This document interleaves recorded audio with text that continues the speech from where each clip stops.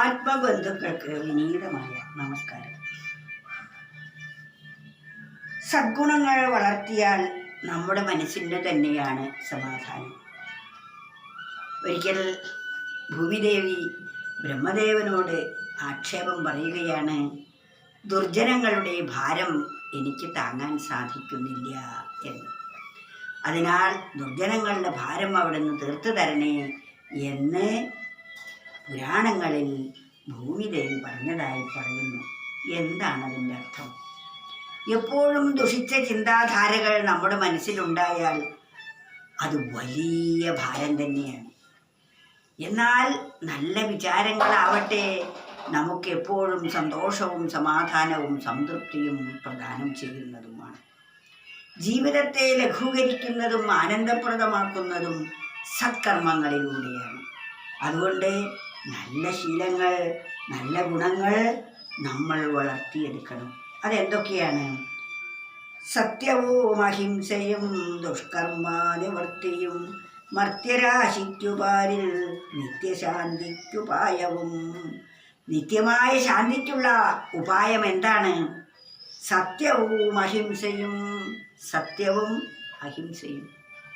വാക്കും വിചാരവും പ്രവൃത്തിയും ഒന്നായിത്തീരുന്നതാണ് സത്യം എന്ന് പറയുന്നത്. നമ്മുടെ ചിന്ത എന്തോ അതിനനുസരിച്ചായിരിക്കും വാക്ക്.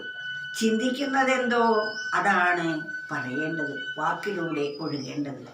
വാക്കിലൂടെ ഒഴുകുന്നതെന്തോ അതാണ് പ്രവൃത്തിയിൽ നമുക്ക് കാണേണ്ടത്. ഇനി പറയാൻ പറ്റാത്ത എന്തെങ്കിലും ചിന്ത നമ്മുടെ ഉള്ളിൽ തലപൊക്കുകയാണെങ്കിൽ അപ്പോൾ ആ ചിന്ത നാം പറയാതിരിക്കുകയും അതിന് വില കൽപ്പിക്കാതിരിക്കുകയും ആ ചിന്തയ്ക്ക് കൂട്ടുനിൽക്കാതിരിക്കുകയും ചെയ്യുമ്പോൾ ആ ചിന്ത തനിയെ നിർവീര്യമാകും. അതുപോലെ പറയാൻ പറ്റാത്ത ചിന്തകൾ അപ്രകാരം നിർവീര്യമാക്കണം. അതുപോലെ തന്നെ പ്രവർത്തിക്കാൻ പറ്റാത്ത വാക്കുകളും നാം വീമ്പ് പറയരുത്. ഞാൻ അങ്ങനെ ചെയ്യും, ഞാൻ ഇങ്ങനെ ചെയ്യും എന്നെല്ലാം പറയുന്നതിൽ ഒരർത്ഥവുമില്ല. ചെയ്യാൻ പറ്റുന്നതേ പറയാവൂ. അങ്ങനെ നമ്മുടെ ചെയ്യാൻ പറ്റുന്നത് പറയുകയും പറയാൻ പറ്റുന്നത് ചിന്തിക്കുകയും ചെയ്യുമ്പോൾ നമ്മുടെ ചിന്തയും വാക്കും പ്രവൃത്തിയും ഒന്നാകും. ചിന്തയും വാക്കും പ്രവൃത്തിയും ഒന്നാകുന്നതിനെയാണ് സത്യം എന്ന് പറയുന്നത്. സത്യവും അഹിംസയും. അഹിംസ എന്ന് പറഞ്ഞാൽ മനസ്സുകൊണ്ടും വാക്കുകൊണ്ടും വിചാരം കൊണ്ടും മറ്റൊരു വ്യക്തിയെ വേദനിപ്പിക്കാതിരിക്കുന്നതാണ് അഹിംസ. നമ്മുടെ ജീവിതത്തിൽ അഹിംസ ഒരു വ്രതമായിട്ട് എടുക്കേണ്ടതാണ്. അഹിംസയ്ക്ക് സമാനമായ ഒരു ധർമ്മം വേറെയില്ല. ഏറ്റവും മഹത്തായ ധർമ്മമാണ് അഹിംസ. ആരുടെയും ഒരു കാര്യത്തിലും നമ്മൾ ആവശ്യമില്ലാതെ ഇടപെടരുത്.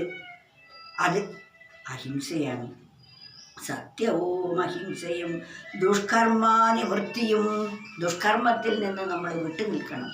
ഒരു കാരണവശാലും ആരുടെയും പ്രേരണയാലും നമ്മൾ ദുഷിച്ച കർമ്മങ്ങൾ, മറ്റുള്ളവർക്ക് ദുഃഖം വരുന്ന ഒരു പ്രവൃത്തിയും നമ്മൾ ചെയ്യരുത്.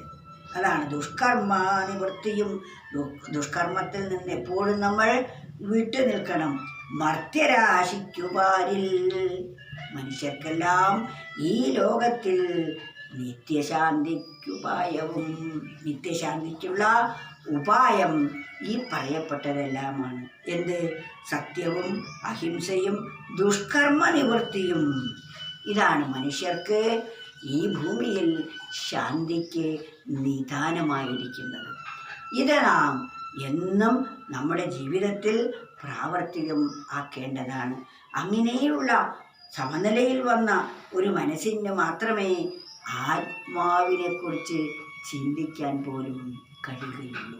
അതാണ് സത്യവും അഹിംസയും ദുഷ്കർമാനിവൃത്തിയും മർത്യരാശിക്കുപാരിൽ നിത്യശാന്തിക്കുപായവും.